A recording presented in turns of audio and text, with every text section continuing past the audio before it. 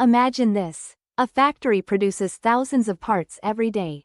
But what happens if one small measurement is wrong? A product may fail, machines may stop, and customers may complain. That's why measuring tools are so important in quality control. In today's lesson, you will learn practical English communication used in manufacturing workplaces while talking about common quality measuring tools, inspections, dimensions, and real factory situations. Let's get started.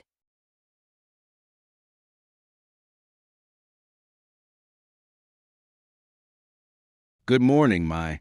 Are you checking the parts from line B?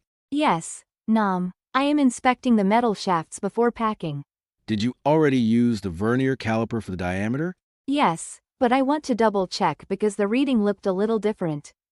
Let me see the drawing first. Here it is. The required diameter is 25 millimeters. The tolerance is plus or minus 0.02 millimeters. Right. That is why I want to measure carefully. Good idea. Customers are strict about precision. I already cleaned the surface before measuring. That helps avoid inaccurate readings.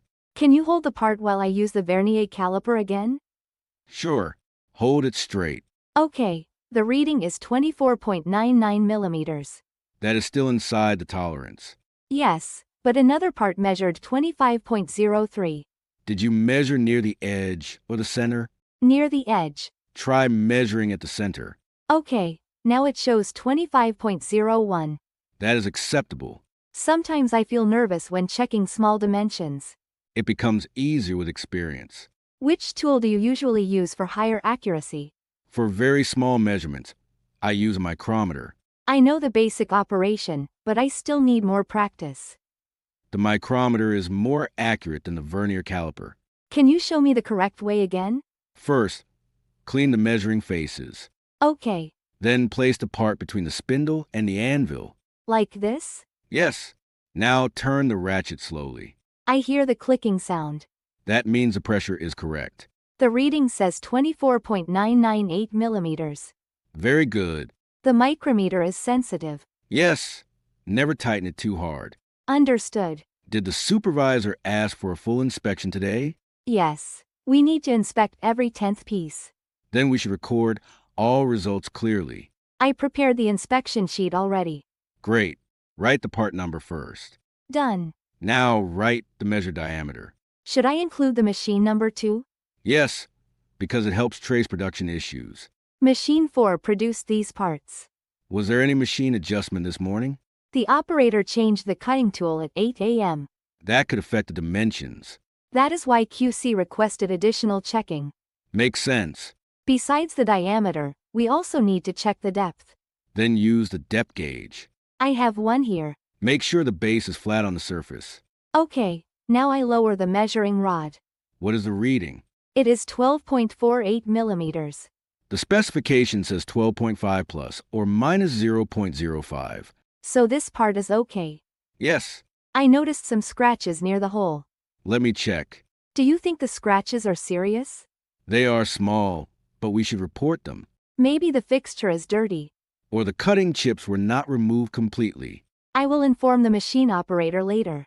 Good. Yesterday I used a dial indicator for the first time. Really?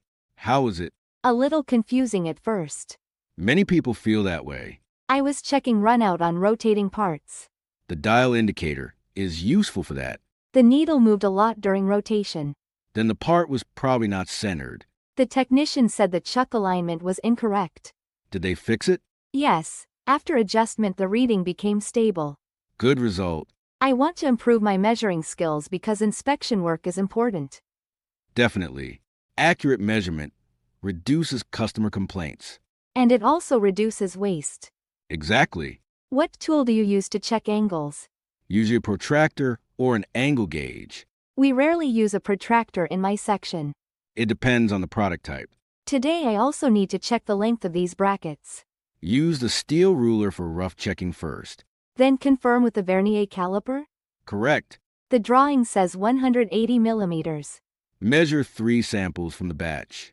First sample is 180.01. Good. Second sample is 179.98. Also acceptable. Third sample is exactly 180. Nice.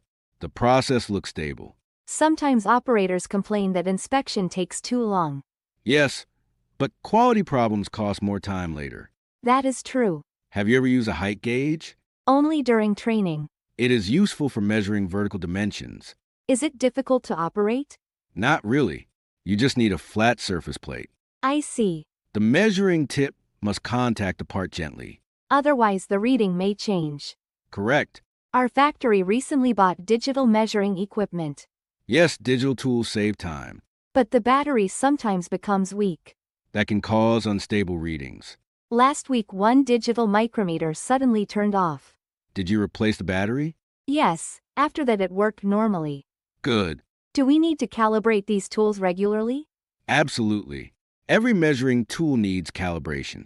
How often? Usually every 6 months, depending on company policy. What happens during calibration? The tool is checked against a standard reference.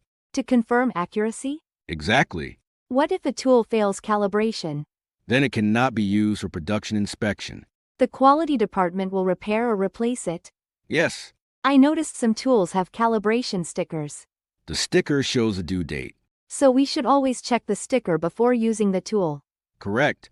I also want to learn more about feeler gauges. They're used to measure small gaps.